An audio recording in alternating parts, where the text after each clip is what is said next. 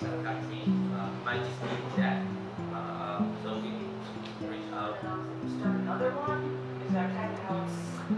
Well, you said like systemic issues are not just community, big, large external-based issues. There's little systemic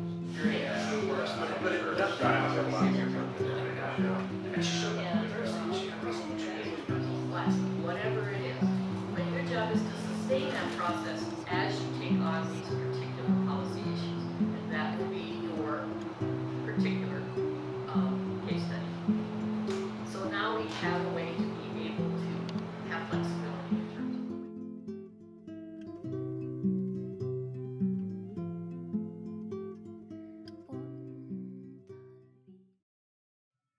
I'm Peg Michels, and along with my colleague Tony Mazengale, we co-authored a civic organizing framework. The purpose for the framework was to deal with the challenges that democracy faces in 21st century realities. I'm the founder and lead organizer of Civic Organizing, Inc., which is a nonprofit established here in Minnesota in order to advance the civic organizing framework.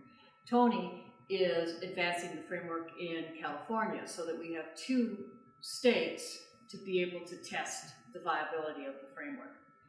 In my 20 years of experience of working with people, the questions that most of them ask have to do with, I think they can be summarized as saying, how do you get the right people to the table? How do you get them to have ownership in the need to be able to address complex problems? And then the second question would be, how do you ensure follow-through, which usually has something to do with accountability. People will be talking about accountability. The other thing that people will say is, if they get that far, they get past the first and second question, and they're still interested, they'll ask, okay, so how do you get a scale of impact, a structure big enough to be able to impact the complexity of the problem?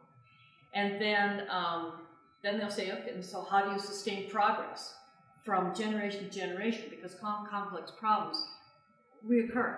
They don't just go away. So how do you make progress from generation to generation? And so in all of that time period, when people will ask me those questions, which are the universal questions, it is very rare that anybody has ever asked, how do you sustain democracy? So this challenge to link what civic organizing is about to what it is that people say they need has been the 20-year experiment that we've been working on. So in this video, what I intend to do is I intend to define democracy in order to set up the context for being able to explain why civic organizing is necessary, and then make a link between the role of citizenship and the function of policymaking. And then to describe how a civic organizing approach works in general terms, and then summarize by going back to those frequently asked questions and applying specific civic organizing responses to it after we've gotten some information, so that those particular responses will make a little bit more sense. Okay. So first of all, I'm going to do a quick description of civic organizing, and we'll unpack it later, but I'm just going to do a summary. So civic organizing produces a new basis and a new base for policymaking, which we call a civic infrastructure and civic policymaking. And it's grounded in the obligation that citizens need to be the basis for governing for the common good in a democracy.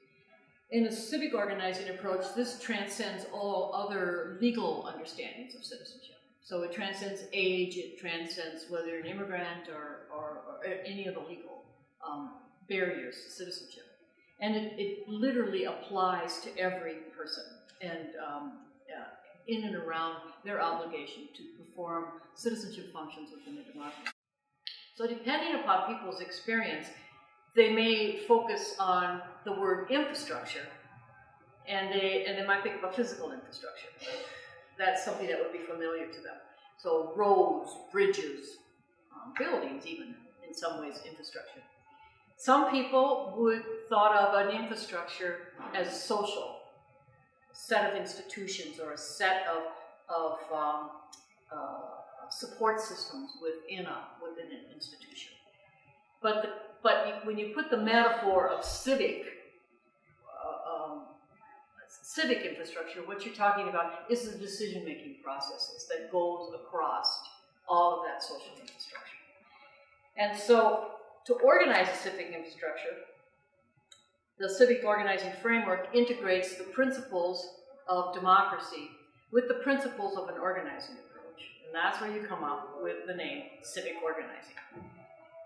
The outcome produces methods and structures for governance within and across institutions, and then specific policy initiatives as members achieve their particular purpose and goals. And so civic organizing is not something done separately from the goals and the purpose of the institutions in which people practice it. The outcome of a civic infrastructure, we know now after 20 years, is increased ownership, greater accountability, an actual structure for governance, and sustainability into each generation. So we have evidence that a civic organizing approach meets those frequently asked questions, but again, there is this lack of bridge between the notion of what does civic have to do with that.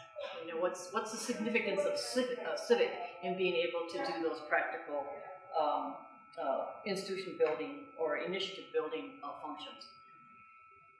So what are if you're going to make a case for something that's needed, you have to be able to have indicators that what we're doing currently doesn't work, right? There has to be you have to make a case.